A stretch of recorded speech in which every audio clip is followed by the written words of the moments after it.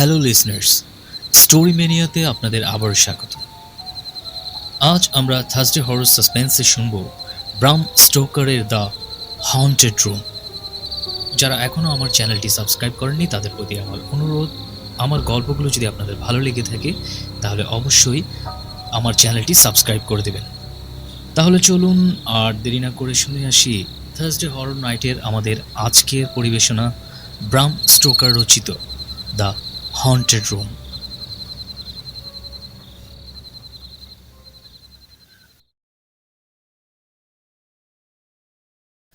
সপ্তাহ ছয়েক আগে এক ভদ্রলোক ও তার স্ত্রী একটা সাজানো গোছানো ফ্ল্যাটের খোঁজ করছিলেন। একটা নির্জন রাস্তা দিয়ে যেতে যেতে দেখলেন একটা বাড়ির জানালায় বোর্ড ঝুলছে, তাতে লেখা আসবাবপত্রে সজ্জিত ফ্ল্যাট ভাড়া। পরিবেশ পছন্দসই হওয়ায় সপ্তাহখানেকের জন্য সেখানে একটা ফ্ল্যাট ভাড়া নিলেন, কিন্তু পুরো 3 দিনও সেখানে থাকতে পারলেন না। ফ্ল্যাটটা ছাড়তে বাধ্য হলেন। কোনো রকমের দ্বিতীয় রাতটা কাটিয়ে পরের দিন সকালেই সেই বাড়ির পরিচারিকাকে জানালেন এই ঘর তাদের পছন্দ হয়নি, তারা পুরো 1 সপ্তাহ থাকতে পারছেন না। পরিচারিকাটি বিরস বদনে বলল, আমি জানি কেন আপনারা থাকতে পারছেন না। আপনারা অন্যদের থেকে বেশি দিন থেকেছেন। খুব কম লোকই এই ফ্ল্যাটে 2 রাত কাটিয়েছে। তবে আমি স্বীকার করছি, উনারা আপনাদের উপর সদয়। উনারা কারা? মৃদু হেসে ভদ্রলোক জিজ্ঞেস করলেন। কেন? তারা যারা এই বাড়িতে ঘুরে ঘুরে বেড়ায়, তারা। যেই হোক না কেন, আমি এ নিয়ে কিছু ভাবি না। অনেক দিন থেকে আমি উনাদের সাথেই আছি, উনাদের জানি, আর এও জানি উনারা একদিন আমার মৃত্যুর কারণ হবে। হ্যাঁ, যাক, এসব আমি পাত্তা দিই না। বয়স হয়েছে আমার, যে কোনো সময় মারা যেতে পারি। তখন উনাদেরও একজন হয়ে যাব, আর এই বাড়িতেই থাকবো। পরিচারিকাটি এমন শান্ত সহজ স্বরে কথাগুলো বলল যে এই ব্যাপারে আর বাড়াতে সাহস হলো না। 1 সপ্তাহের টাকা মিটিয়ে সেখান থেকে চলে এলেন ভদ্রলোক ও তার স্ত্রী।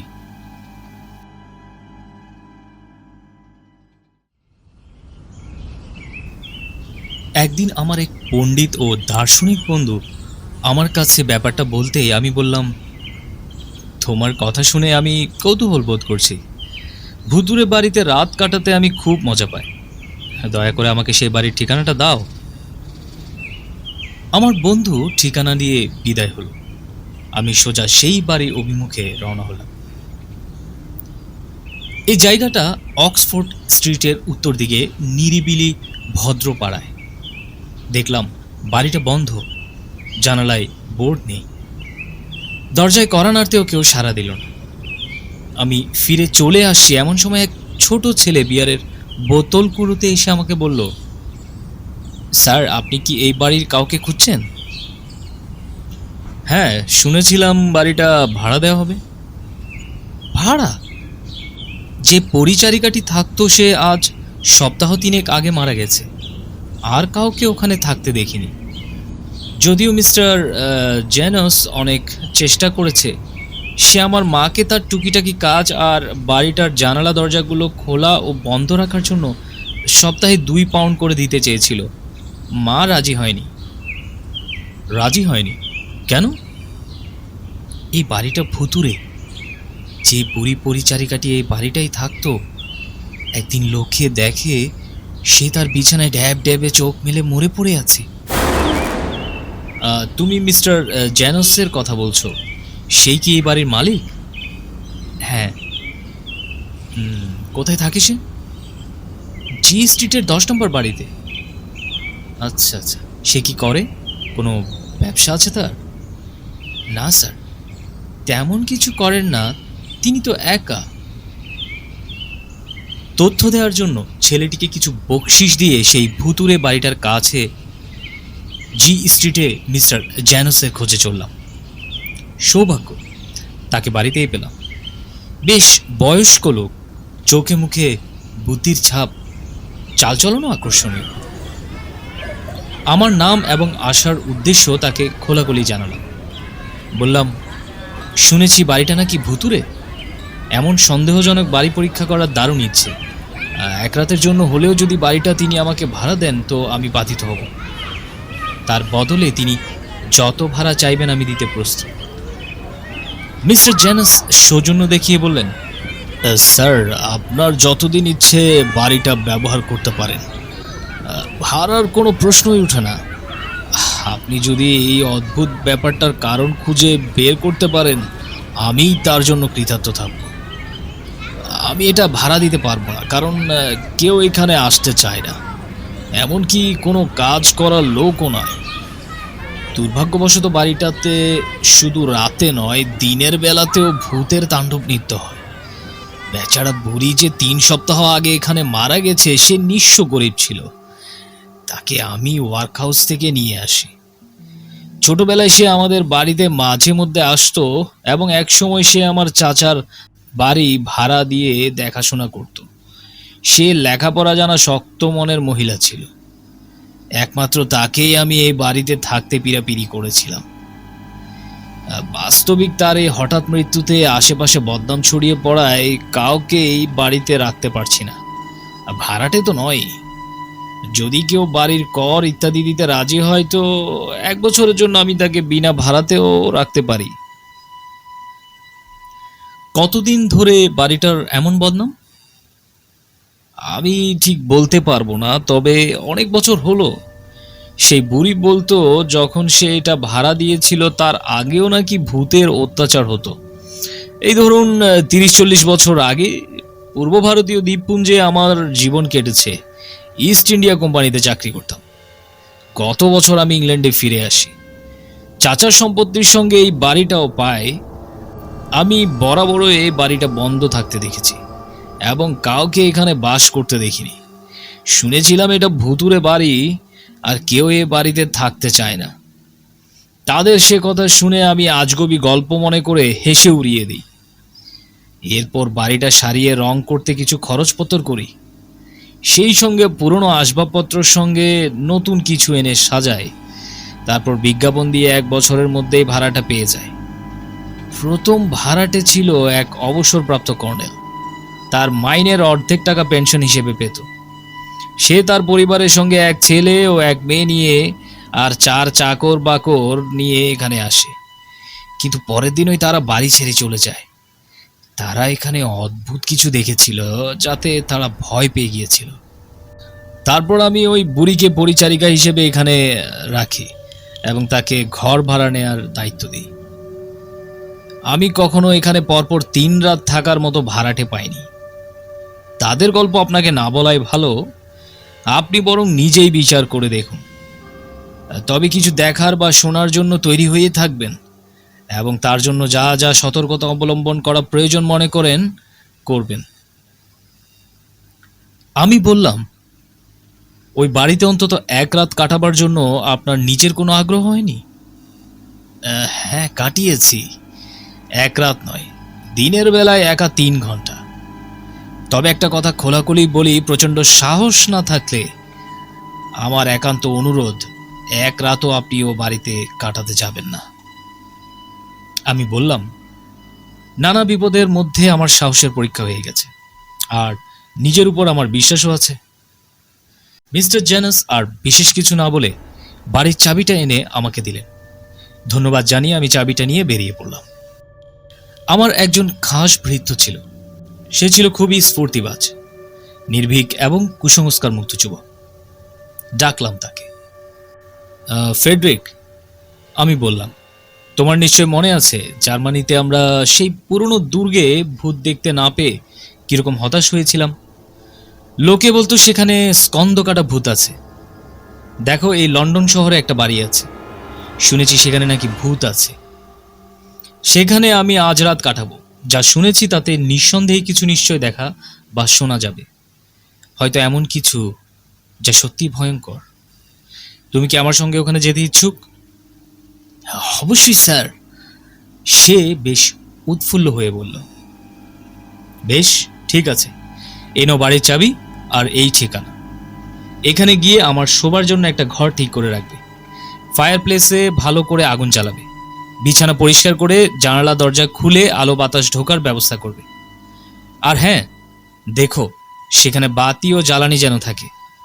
আমার রিভলভার ও ছুরিটা তুমি নিয়ে যাও। আমার অস্ত্রশস্ত্র ছাড়াও তুমি নিজেকে তৈরি রাখবে। যদি আমরা 1 ডজন ভূতের মোকাবেলা করতে না পারি, তবে বৃথাই আমরা ইংরেজ। সারাদিন আমি জরুরি কাজের মধ্যে এমন ডুবে রইলাম যে নৈশ অ্যাডভেঞ্চারের কথা ভাববার কোনো অবকাশ পেলাম না। একা একা আহার সারলাম এবং বেশ দেরি করেই অভ্যাস মতো খেতে খেতে পড়তে লাগলাম। যে বইটি আমি বেছে নিয়েছিলাম সেটা ম্যাকলের একটা রচনা। সিদ্ধান্ত নিলাম বইটার সঙ্গে নিয়ে যাব। এই রচনা শৈলীর মধ্যে আধ্যাত্মিক উন্নতির যথেষ্ট অবকাশ রয়েছে এবং বিষয়বস্তুর মধ্যে প্রত্যক্ষ জীবনের কুসংস্কারের প্রতিষেধক হিসেবে এটা বিশেষ উপযোগী। রাত 9:30 নাগাদ বইটা পকেটে পুরে হাঁটতে হাঁটতে সেই ভুতুরে বাড়ির দিকে যেতে লাগলাম। আমার প্রিয় বুল ট্যারিয়ার কুকুরটাকেও সঙ্গে নিয়ে চললাম। খুব সাহসী। রাতে অন্ধকার কোনো জায়গায় ইঁদুরের খোঁজ পেলে বা অদ্ভুত কিছু দেখলেই চিৎকার করে ওঠে। তখন গরমের রাত, তবে বাতাসটা ঠান্ডা আর আকাশ মেঘাচ্ছন্ন। আকাশে সরু এক ফালি চাঁদ মৃদু আবা মেঘের ভেতর থেকে বেরোচ্ছে। অধিক রাতে মেঘ কেটে গেলে আলোটা উজ্জ্বল হয়ে উঠবে। গন্তব্যে পৌঁছে দরজায় কড়া নাড়তেই আমার চাকর এসে দরজা খুলে হাসি মুখে স্বাগত জানালো।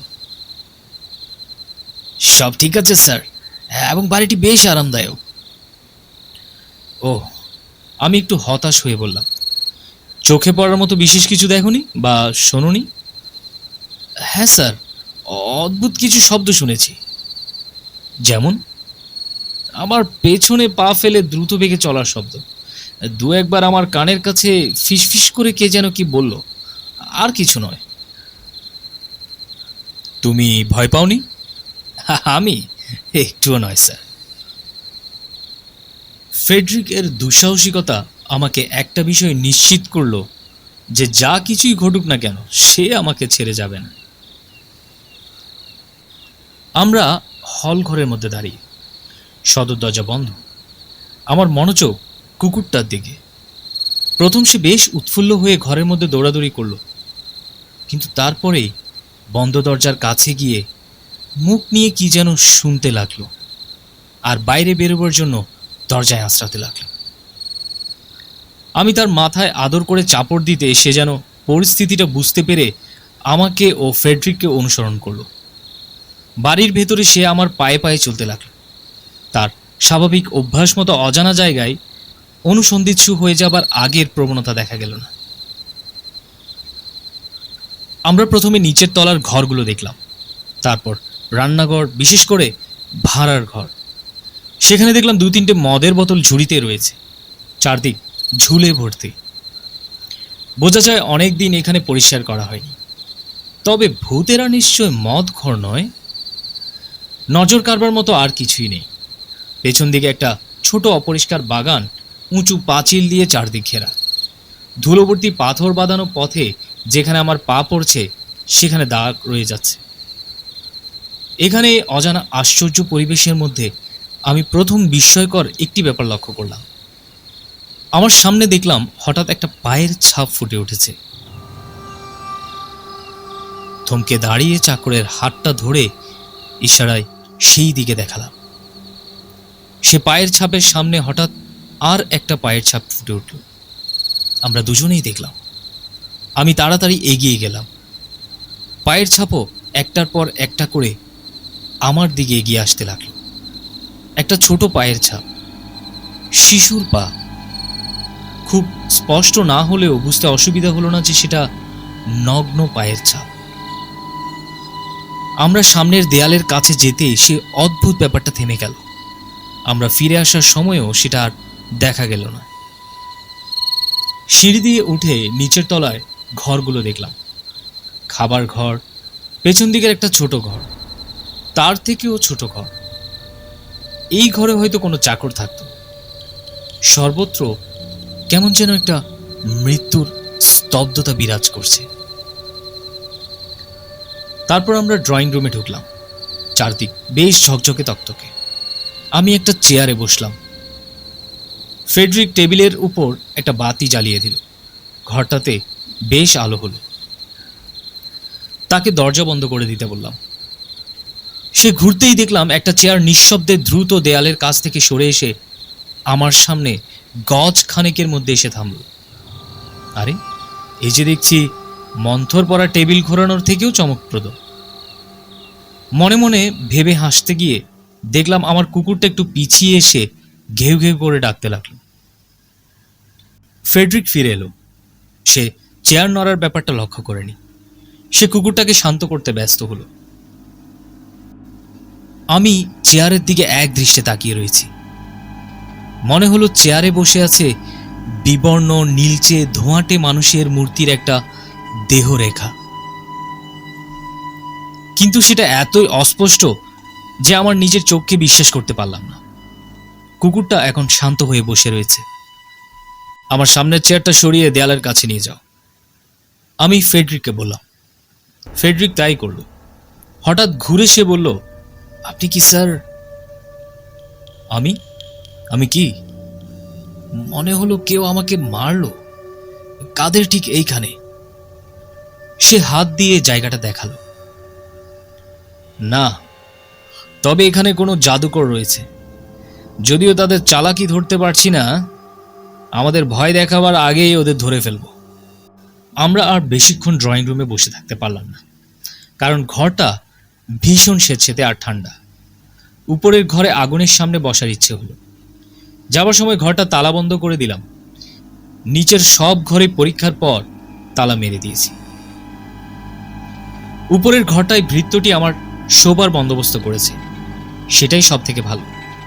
ঘরটা বেশ বড়, রাস্তার দিকে দুটো জানালা। চার পেয়ে ছোট বিছানাটা ফায়ার প্লেসের ঠিক উল্টো দিকে আগুনের তাপ লাগছে। বাঁ দিকে আমার বিছানা ও জানালার মাঝে দেয়ালে একটা মাত্র দরজা। সেই দরজা দিয়ে পাশের ঘরে আমার ভৃত্যের সঙ্গে যোগাযোগ করা যাবে। ফায়ার প্লেসের দুধারে দুটো দেয়ালের সঙ্গে সাঁটানো দেয়াল আলমারি। আলমারিতে তালা লাগানো নেই। আমরা সেই দুটো পরীক্ষা করে দেখলাম। মেয়েদের জামা কাপড় ঝোলানোর হুক ছাড়া আর কিছুই নেই। দেয়ালে ঘা মেরে দেখলাম, সেটাও নিরেট। ঘরগুলো দেখা শেষ করে আগুনের কাছে বসে শরীর গরম করতে লাগলাম।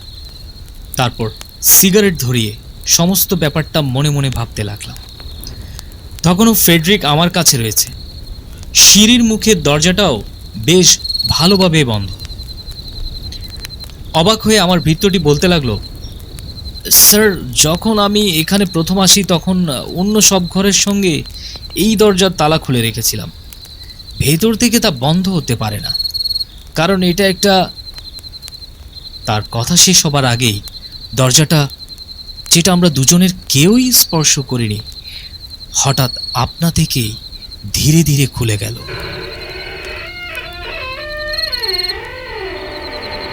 আমরা পরস্পরের দিকে তাকালাম। একই চিন্তা আমাদের দুজনের মনে। কোনো মানুষের চালাকি নয় তো? আমি দৌড়ে সেদিকে গেলাম। আমার পেছনে ভৃত্য। একটা ছোট্ট খালি আসবাবহীন ঘর। কতগুলো খালি বক্স ও ঝুড়ি ঘরের এক কোণে পড়ে আছে। একটা ছোট জানালা, খড়খড়ি বন্ধ, ফায়ার প্লেস নেই। আর আমরা যে দরজা দিয়ে ঢুকেছি সেটা ছাড়া আর কোনো দরজা নেই। মেঝে কোনো কার্পেট নেই। অনেক দিনের পুরনো মেঝে, এবড়ো খেবড়ো, উঁই ধরা, এখানে সেখানে জোড়াতালি দেয়া। কাঠের উপর সাদা দাগ দেখলেই বোঝা যায় কোনো মানুষ নেই, এবং লুকিয়ে থাকার মতো ঘরে কোনো জায়গা নেই। আমরা দাঁড়িয়ে ঘরের চারদিক দেখছি, এমন সময় যে দরজা দিয়ে আমরা ঢুকেছিলাম সেটা আস্তে আস্তে কোনো শব্দ না করেই বন্ধ হয়ে গেল। আমরা বন্দী হয়ে গেলাম। এই প্রথম সারা শরীরে ভয়ের শিরশিরানি অনুভব করলাম। আমার ভৃত্যটির কিন্তু তেমন কোনো অনুভূতি হলো না। ওরা আমাদের ফাঁদে ফেলতে পারবে না স্যার। আমি এক লাথি মেরে ওই ঝরঝরে পুরনো দরজাটা ভেঙে ফেলতে পারি। হাত দিয়ে খোলার চেষ্টা করো আগে। যে ভীতি আমাকে পেয়ে বসেছিল তা মন থেকে ঝেড়ে ফেলে দিয়ে বললাম। ততক্ষণে আমি জানালার খড়খড়ি খুলে দেখি বাইরে কি আছে। জানালার খড়খড়ি খুলে দেখি বাড়ির পেছন দিকের সেই বাগানটা দেখা যায়, যার কথা আগেই বলেছি। জানালার নিচে কোনো আলসে নেই, সোজা দেয়ালে নেমে গেছে। জানালা দিয়ে কোনো মানুষের পালাবার উপায় নেই, কারণ পা রাখার কোনো জায়গা না থাকায় তাকে একেবারে সোজা পাথরের উপরে গিয়ে পড়তে হবে। এর মধ্যে ফ্রেডরিক দরজাটা খোলার বৃথা চেষ্টা করছে। সে আমার দিকে নীরবে তাকিয়ে দরজা ভাঙার জন্য আমার আদেশের অপেক্ষা করছে। এই রকম এক পরিস্থিতির মধ্যে পড়েও সে যে ভয় না পেয়ে এবং সাহস না হারিয়ে ধীর স্থির রয়েছে, তাতে তার প্রশংসা করতেই হয়। আমি তাকে অনুমতি দিলাম। যদিও সে একজন সবল পুরুষ, কিন্তু তার সর্বশক্তি নিষ্ফল হলো। তার সজোরে পদাঘাতে দরজা এক চুলও নড়ল না। হাঁফাতে হাঁফাতে সে চেষ্টা বাদ দিল। আমি তখন নিজে চেষ্টা করলাম, তাও কাজ হলো না। আবার আমার দেহ ভয়ে শিরশির করে উঠল। মনে হতে লাগলো ঘরের মেঝের ফাটল থেকে অদ্ভুত ভয়ঙ্কর এক নিঃশ্বাস সমস্ত ঘর ভরিয়ে তুলছে। দরজাটা যেন নিজের ইচ্ছে ধীরে ধীরে নিঃশব্দে খুলে গেল। আমরা এক ধাক্কায় সিঁড়ির সামনে গিয়ে পড়লাম। দুজনেই একটা বিবর্ণ আলোর আভা দেখলাম, ঠিক মানুষের আকৃতির মতো, কিন্তু আকারহীন। আমাদের আগে আগে সেটা সিঁড়ি দিয়ে ছাদের উপর উঠতে লাগলো। আমি আলোটা অনুসরণ করলাম। ভৃত্যটিও পেছন পেছন আসতে লাগলো। আলোটা উপরে উঠে ডান দিকে একটা ছোট্ট চিলেকোঠার ভেতরে ঢুকলো। দরজাটা খোলাই রইল। একই সঙ্গে আমিও ভেতরে ঢুকলাম। আলোটা একটা ক্ষুদ্র গোলকে পরিণত হয়ে জ্বলজ্বল করতে লাগলো। তারপর সেটা ঘরের কোণে বিছানার উপর কিছুক্ষণ থেকে কাঁপতে কাঁপতে অদৃশ্য হয়ে গেল। আমরা বিছানার কাছে এগিয়ে গিয়ে সেটা পরীক্ষা করলাম। একটা পুরনো খাট, যা সাধারণত চাকর বাকরেরা ব্যবহার করে। বিছানার কাছে একটা খোলা ড্রয়ার, বিবর্ণ একটা সিল্কের রুমাল চোখে পড়ল। তাতে একটা সূঁচ গাঁথা রয়েছে, সেলাই কিছুটা হয়েছে। রুমালটা ধুলোয় ভর্তি। হয়তো এটা সেই বুড়ি পরিচারিকাটির। এই ঘরটা বোধহয় বুড়িটার শোবার ঘর ছিল। অন্য ড্রয়ারগুলো খুলে দেখার কৌতূহল হচ্ছিল। মেইলি কিছু পোশাক আর একটা ফিকে হলদে রঙের রিবনে দুটো চিঠি বাঁধা। চিঠি দুটো ছাড়া ঘরে লক্ষ্য করবার মতো আর কিছু চোখে পড়ল না। আলোটাও আর দেখা গেল না। এবার আমরা যখন ঘর থেকে বেরোবার জন্য ঘুরে দাঁড়িয়েছি, ঠিক সেই সময় পরিষ্কার শুনতে পেলাম আমাদের আগে আগে পা ফেলার শব্দ হচ্ছে। আমরা অন্য চিলেকোঠাগুলো ঘুরে ঘুরে দেখলাম। সব শুদ্ধ 4টে ঘর। পায়ের শব্দটা সবসময় আমাদের আগে আগে চলছে। কিছুই দেখা যাচ্ছে না, শুধু পায়ের শব্দ শোনা যাচ্ছে। আমার হাতে চিঠিগুলো রয়েছে। ঠিক যখন আমি সিঁড়ি দিয়ে নামতে যাব, স্পষ্ট অনুভব করলাম আমার হাতের কবজিটা যেন কেউ ধরেছে এবং মৃদু চাপ দিয়ে আমার হাত থেকে চিঠিগুলো নেবার চেষ্টা করছে। আমি আরো জোরে সেগুলো চেপে ধরলাম। সে চেষ্টা থেমে গেল। আমরা আবার আমাদের শোবার ঘরে ফিরে এলাম। কুকুরটা আমাদের সঙ্গে যায়নি। সে আগুনের খুব কাছে কাঁপছে। চিঠিগুলো যখন পড়ছিলাম, তখন আমার ভৃত্যটি একটা ছোট্ট বাক্স খুলে অস্ত্রগুলো বার করে আমার বিছানার মাথার দিকে একটা টেবিলের উপর সেগুলো রাখল। তারপর সে কুকুরের কাছে গিয়ে তার গায়ে হাত বুলিয়ে তাকে শান্ত করতে লাগল। কিন্তু মনে হলো সে যেন কিছুই গ্রাহ্য করছে না। চিঠিগুলো খুবই ছোট। তারিখ থেকে জানা গেল ঠিক 36 বছর আগের লেখা। সেগুলো কোনো লোক হয়তো তার কোনো মেয়ে বন্ধুকে লিখেছে, নতুবা কোনো স্বামী তার স্ত্রীকে লিখেছে। বানান ও হাতের লেখায় বোঝা যায় লোকটি অল্প শিক্ষিত, তবে ভাষা বেশ জোরালো। ভাষার আবেগের মধ্যে ভালোবাসার ইঙ্গিত রয়েছে, তবে মাঝে মাঝে কিছু অপরিস্ফুট দুর্বোধ্য গুপ্ত কথার ইঙ্গিত রয়েছে, যা ভালোবাসার নয়, অপরাধের। আমাদের দুজনের দুজনকে ভালোবাসা উচিত, এইরকম একটা কথা আমার মনে পড়েছে। যদি সবকিছু ফাঁস হয়ে যায়, তবে প্রত্যেকেই আমাদের কি ভীষণ অভিসম্পাত করবে। আবার রাতে তোমার সঙ্গে আর কাউকে ঘরে থাকতে দিও না, কারণ তুমি ঘুমিয়ে ঘুমিয়ে কথা বলো। আরেক জায়গায় যা ঘটে গেছে তা আর কিছুই নেই। আমি তোমাকে বলছি, আমাদের বিরুদ্ধে কিছু নেই, যদি না মৃত পুনরুজ্জীবন লাভ করে। এখানে লাইনের মধ্যে পাকা হাতে লেখা, তারা জানে। চিঠির শেষে পরের তারিখ দেওয়া একই মেয়ের হাতে লেখা, 4 জুন সমুদ্রে হারিয়ে গেল। একই দিনে। যেমন চিঠিগুলো রেখে আমি চিন্তা করতে লাগলাম। আমার চিন্তাধারা আমার সমস্ত স্নায়ুকে দুর্বল করে তুলতে পারে। সে ভয়ে মনকে আমি শক্ত করে তুললাম, যাতে আসন্ন রাতের যে কোনো অবস্থার সম্মুখীন হতে পারি। আমি উঠে পড়লাম, চিঠিগুলো টেবিলে রেখে আগুনটা একটু খুঁচিয়ে আরো গনগনে করে তুললাম। তারপর আবার মেকলের বই খুললাম। রাত 11:30 পর্যন্ত বেশ নিশ্চিত হয়ে বই পড়লাম। তারপর বিছানায় শুয়ে আমার চাকরকে বললাম সে তার নিজের ঘরে শুতে যেতে পারে, তবে যেন সজাগ থাকে। তাকে দুটো ঘরের মাঝে দরজাটা খুলে রাখতে বললাম। আমার মাথার কাছে টেবিলের উপর 2টি বাতি জেলে একা ঘরে রইলাম। অস্ত্রের পাশে আমার হাত ঘড়িটা খুলে রেখে আবার মেকলে পড়তে শুরু করলাম। আমার বিপরীত দিকে আগুন জ্বলছে। কুকুরটা তার সামনে শুয়ে ঘুমাচ্ছে। মিনিট 20 পরেই অনুভব করলাম একটা ভীষণ ঠান্ডা হাওয়া আমার গালের পাশ দিয়ে বয়ে গেল। মনে হলো আমার ডান দিকে যে দরজাটা দিয়ে সিঁড়ির সামনে দালানের সঙ্গে যাতায়াত করা যায় সেটা বোধহয় খোলা রয়েছে, কিন্তু না, সেটা বন্ধ। বাঁ দিকে তাকালাম, দেখলাম বাতির শিখার বাতাসের বেগে ভীষণভাবে কাঁপছে। ঠিক সেই মুহূর্তে দেখি টেবিলের উপর থেকে আমার হাত ঘড়িটা সরে যাচ্ছে আস্তে আস্তে। কোনো হাত দেখা যাচ্ছে না। ঘড়িটা চলে গেল। তরাক করে লাফিয়ে উঠে এক হাতে রিভলভার, অন্য হাতে এক ছোরাটা নিলাম। ঘড়ির মতো সেগুলোর অবস্থা হোক আমি চাই না। অস্ত্র হাতে আমি ঘরের চারদিকে চোখ বুলাতে লাগলাম। ঘড়ির কোনো চিহ্ন নেই। বিছানার মাথার দিকে জোরে থেমে থেমে 3 বার স্পষ্ট আওয়াজ শুনলাম। আমার ভৃত্যটি চিৎকার করে বলল, আপনি নাকি স্যার? না, তৈরি থাকো। ততক্ষণে কুকুরটা উঠে পড়ে থাবা গেড়ে বসেছে। কান দুটো সামনে পেছনে দ্রুত নাড়ছে। সে এমন অদ্ভুতভাবে আমার দিকে তাকিয়ে রয়েছে যে আমার সমস্ত মনোযোগ তার উপরে ন্যস্ত হয়ে রয়েছে। আস্তে আস্তে সে উঠে দাঁড়ালো। তার গায়ের লোম খাড়া হয়ে গেছে। কাঠ হয়ে দাঁড়িয়ে সে অদ্ভুত দৃষ্টিতে তাকিয়ে রইল। কুকুরটাকে দেখার মতো মানসিকতা বা সময় আমার ছিল না। আমার চাকর তার ঘর থেকে বেরিয়ে এসেছে। ভয়ে তার মুখের রেখা এমনভাবে বিকৃত হয়ে আছে যে রাস্তায় তাকে দেখলে আমি চিনতে পারতাম না। সে আমার পাশ দিয়ে দ্রুত বেগে যেতে যেতে ফিসফিস করে বলল, পালান পালান, আমার পেছনে আসছে। সে দালানে যাবার দরজাটা খুলে সবেগে বেরিয়ে গেল। আমি তার পেছনে পেছনে দৌড়ে তাকে থামতে বললাম, কিন্তু সে মানা শুনল না। সিঁড়ির রেলিং ধরে 2-3টে সিঁড়ি লাফিয়ে নামতে লাগলো। সিঁড়ির মুখে দাঁড়িয়ে শুনলাম সজোরে খোলা ও বন্ধ হওয়ার আওয়াজ। আমি এই ভুতুরে বাড়িতে এখন একা।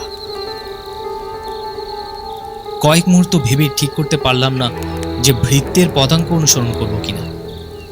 তবে আমার অহংকার ও কৌতূহল এমন কাপুরুষের মতো পালিয়ে যেতে নিষেধ করল। আমার ঘরে আবার ফিরে এসে দরজাটা বন্ধ করে খুব সতর্কভাবে ভেতরের ঘরের দিকে এগোতে লাগলাম। তবে ভীতিকর কিছু ঘটল না। আমি দেয়ালগুলো আবার পরীক্ষা করে দেখলাম যদি কোনো গুপ্ত দরজার খোঁজ মেলে, কিন্তু কোনো চিহ্নই দেখতে পেলাম না। এমনকি যে বাদামি কাগজ দিয়ে দেয়াল মোড়া আছে তার মধ্যেও কোনো সেলাই চোখে পড়ল না। তাহলে কি করে সেই বস্তুটি, সে যাই হোক না কেন, যা চাকরটাকে ভয় পাইয়ে দিয়েছে ঘরের মধ্যে ঢুকলো। আমার ঘরে ফিরে এসে মাঝের খোলা দরজাটা বন্ধ করে আগুনের সামনে দাঁড়িয়ে প্রস্তুত হয়ে প্রতীক্ষা করতে লাগলাম। দেখি কুকুরটা দুটো দেয়ালের কোণে এমনভাবে দেয়ালে পিঠ দিয়ে শরীরটাকে কুঁচকে দাঁড়িয়ে আছে, মনে হচ্ছে যেন সে দেয়ালের ভেতর ঢুকে যেতে চাইছে। তার কাছে এগিয়ে গিয়ে তার সঙ্গে কথা বললাম। বেচারা পশু ভয়ে একেবারে গুটিয়ে গেছে। দাঁতগুলো বেরিয়ে পড়েছে, মুখের দুপাশ দিয়ে লালা ঝরছে। তাকে আদর করতে গেলে নিশ্চয় আমাকে কামড়ে দিত। সে যেন আমাকে চিনতেই পারছে না। জন্তুটাকে শান্ত করবার সব চেষ্টাই বৃথা হলো বলে ওকে একা থাকতে দিলাম। আমার অস্ত্রগুলো আগুনের পাশে টেবিলের উপর রেখে চেয়ারে বসে আবার মেকলে পড়তে শুরু করলাম। বিস্ময়কর ও অবিশ্বাস্য কোনো কিছু পরীক্ষা নিরীক্ষার সঙ্গে আমি যথেষ্ট পরিচিত বলে এরকম পরিস্থিতির মধ্যে পড়েও আমার মনটা বেশ শক্ত করে তুললাম, অথবা বলা যেতে পারে মনে সাহস আনলাম। পৃথিবীর বিভিন্ন জায়গায় নানা রকম অদ্ভুত ও অচিন্তনীয় ব্যাপার প্রত্যক্ষ করেছি। অদ্ভুত সব ব্যাপার যা বললে একেবারে বিশ্বাসই হবে না বা অতি প্রাকৃতর পর্যায়ভুক্ত হবে। আমার মতে অতিপ্রাকৃত শক্তি এক অসম্ভব জিনিস। অতিপ্রাকৃত বলতে যা বোঝায় সেটা প্রকৃতির নিয়ম সংক্রান্ত কিছু, যার সম্বন্ধে আমরা একেবারেই অজ্ঞ। সুতরাং আমার সামনে যদি ভূতের আবির্ভাব হয়, সেটা হয়তো অতিপ্রাকৃত কোনো শক্তিই হবে। আমার বইয়ের পাতা ও আলোর মাঝে যেন কিসের একটা ছায়া। ক্রমেই পাতাটা অন্ধকারে ঢাকা পড়ে গেল। মুখ তুলে তাকালাম, যা দেখলাম আমার পক্ষে বর্ণনা করা দুরূহ। শূন্যে একটা আবছা অন্ধকার মূর্তি। সেটা যে ঠিক মানুষের তা বলা যাবে না, তবে কিছুটা সেই রকম আকৃতি, একটা মানুষের ছায়ার মতো। সেই মূর্তিটা এত বিরাট যেন তার মাথাটা কড়ি কাঠে গিয়ে ঠেকেছে। তার দিকে তাকিয়ে আমার শরীরের মধ্যে শীতল শিহরণ খেলছে। সামনে একটা বড় বরফের চাই থাকলেও আমি হয়তো এমনভাবে কাঁপতাম না। সেদিকে তাকিয়ে লক্ষ্য করলাম দুটো জ্বলন্ত চোখ আমার দিকে তাকিয়ে দেখছে। সেটা অদৃশ্য হয়ে গেল, তবে অন্ধকারের মধ্যে দুটো ফিকে নীল রঙের রশ্মি মাঝে মাঝে দেখা যেতে লাগলো। আমি কথা বলার চেষ্টা করলাম, কিন্তু গলা দিয়ে কোনো আওয়াজ বেরোলো না। নিজের মনেই ভাবতে লাগলাম, এটাই কি ভয়? এটা তো ভয় নয়। উঠতে চেষ্টা করলাম, কিন্তু পারলাম না। মনে হলো বিশাল কোনো ওজন আমার মাথায় চাপিয়ে দিয়ে আমাকে বসিয়ে রাখা হয়েছে। আমি শারীরিক ও মানসিক ক্ষমতা হারিয়ে ফেললাম। ক্রমে ভয়ে কাঠ হয়ে যেতে লাগলাম। কিন্তু ভেতরের আরেকটি সত্তা আমাকে যুক্তি দিয়ে বলল, ভয় না পেলে আমার কোনো ক্ষতি হবে না। আর একটি সত্তাও একে মানতে চাইল না।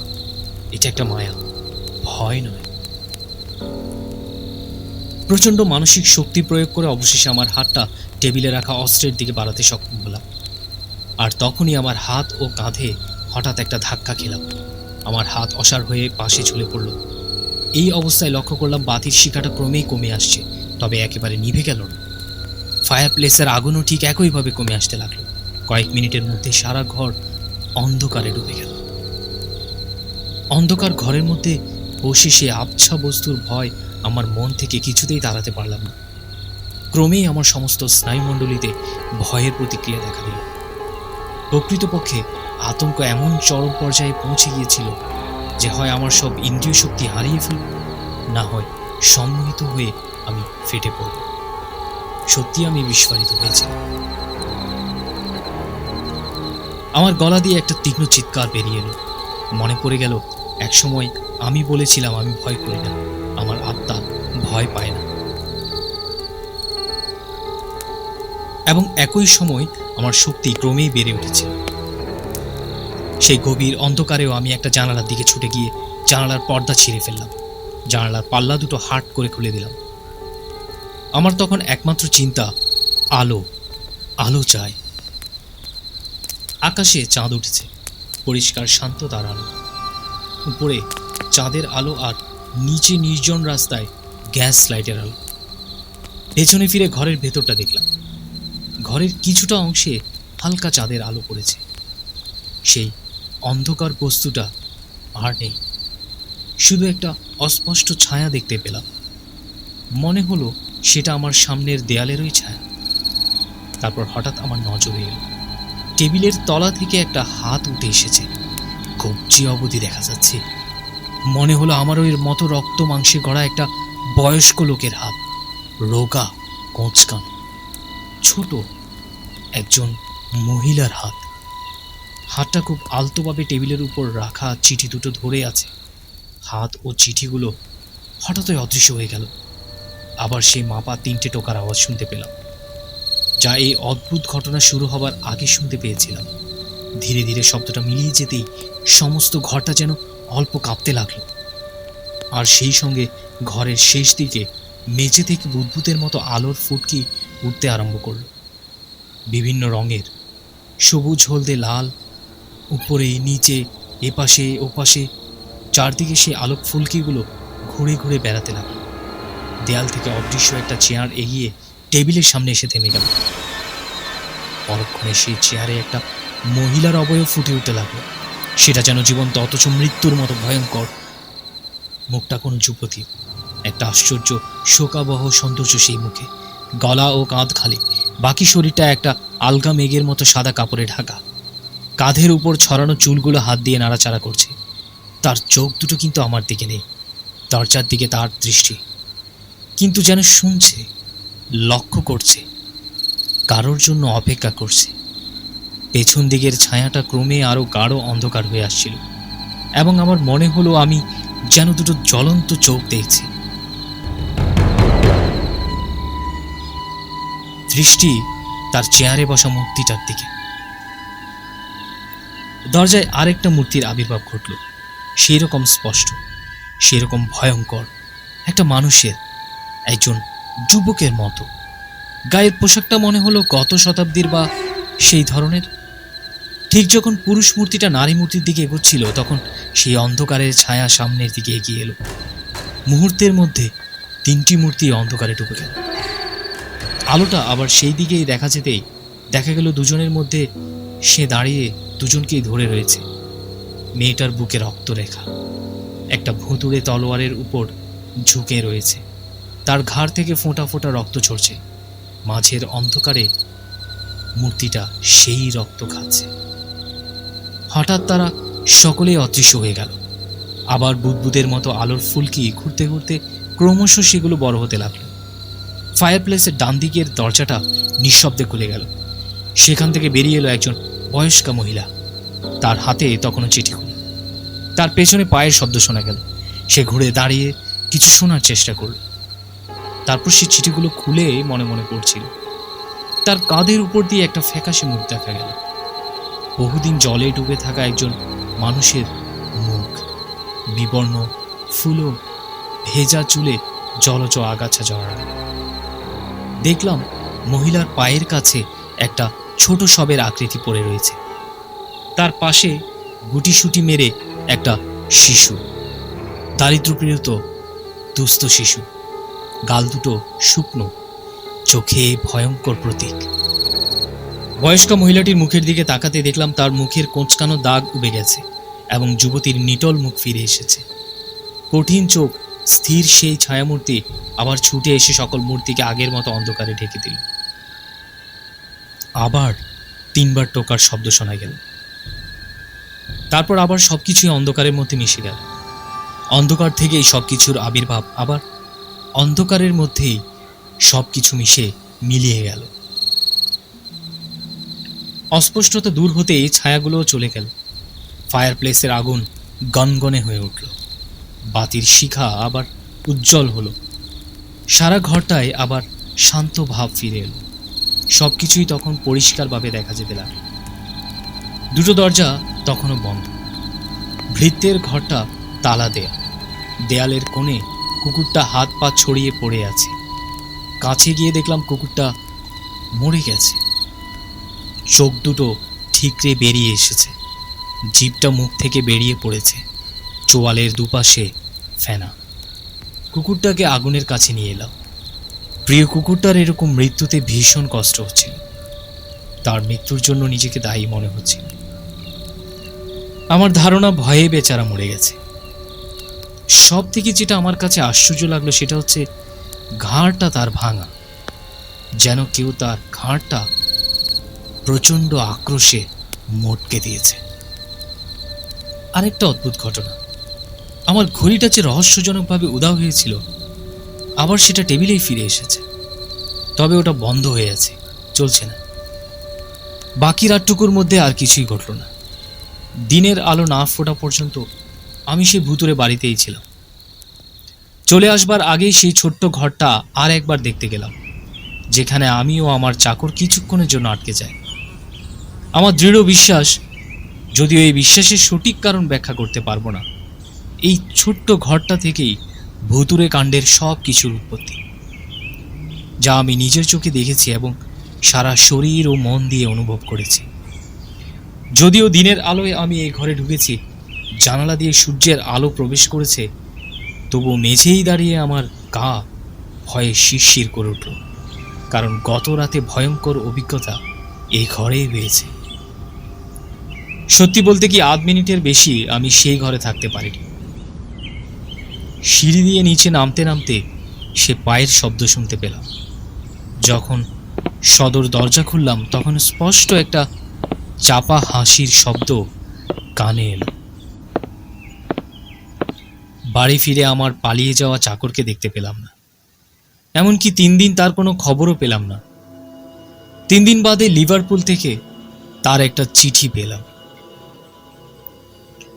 প্রিয় মহাশয়, সবিনয় নিবেদন এই যে আমি আপনার কাছে ক্ষমা প্রার্থী। আপনি জানেন আমি কিভাবে পালিয়ে এসেছি। আমার শরীর ভালো নেই, কর্মক্ষমতা ফিরে পেতে আমার বেশ কয়েক বছর সময় লাগবে। আমি মেলবোর্নে আমার শ্যালকের কাছে যাচ্ছি। জাহাজ আগামীকাল ছাড়বে। আমি এখন কোনো কাজ করি না, তবে মাঝে মাঝে হঠাৎ ভয় পেয়ে চমকে উঠি। মনে হয় আমার পেছনে কেউ যেন রয়েছে।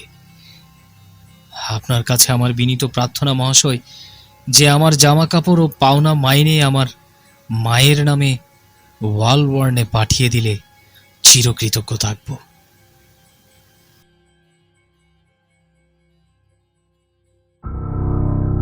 শেষ হলো আমাদের আজকের থার্সডে হরর সাসপেন্সের পরিবেশনা ব্রাম স্টোকারের দ্য হন্টেড রুম। আগামী বৃহস্পতিবার আরও একটি ভয়ের গল্প নিয়ে আপনাদের সামনে হাজির হব। সেই পর্যন্ত আমি জামান বিদায় নিচ্ছি। আপনারা ভালো থাকবেন, সুস্থ থাকবেন। শুভরাত্রি।